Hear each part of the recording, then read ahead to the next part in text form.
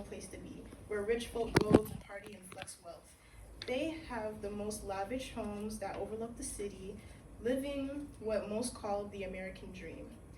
Gossip Girl tells the story of a group of high school seniors who are second generation wealthy and all their wealthy person drama that comes with it. But that's it. You don't see much representation of the many backgrounds people in New York have. Watching these shows, you may think about your own living conditions. You may not live in a lavish apartment that overlooks the city, nor living the American dream. You may live in a small house basement where you hear people stomping above you. Your friends don't celebrate birthdays at expensive restaurants, but you'll have a great time planning and attending a house party. Maybe you don't live what many call the American dream, but you're comfortable with your small basement space. From my little apartment in Hollis, New York, I would have to wait for my mom to boil hot water so I could bathe. I'd have to double up on blankets when the heater stopped working in the heart of winter. Our apartment was the second floor on the right side of the building, so the space was small. When you live in an apartment so small, the people who live below you are much closer than you think. To my dismay, the person below me was a hoarder and very messy. Cockroaches and rats made their way up to our little space on the second floor. I remember crying to my mom about the roaches I found, or the rat that ran past my foot in the kitchen. They don't show that in movies.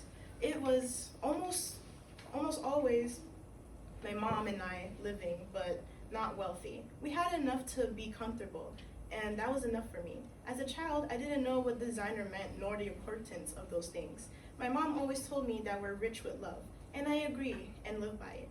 My neighborhood was home to retired and old people who had been there for decades.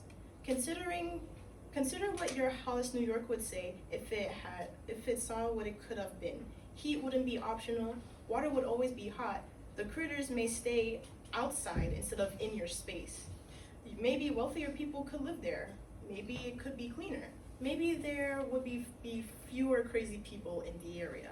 But that's a dream Hollis, New York thinks of occasionally when times get tough and the winter is colder than last.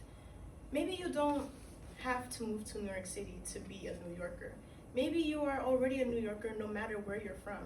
Not because you know the slang or where the best deli is, but because you know what it means to struggle and hope. But maybe you're not from New York and can draw some truth from the similar problems you've faced. In New York, we tend to navigate through life similarly, yet different. And at the end of the day, we always find a way to enjoy life as it is. The present looks bleak. However, you'll find your comfort in the near future. New York changes faster than you think. Soon you will have hot water as well as heat. Understand the evolving language and find your favorite deli.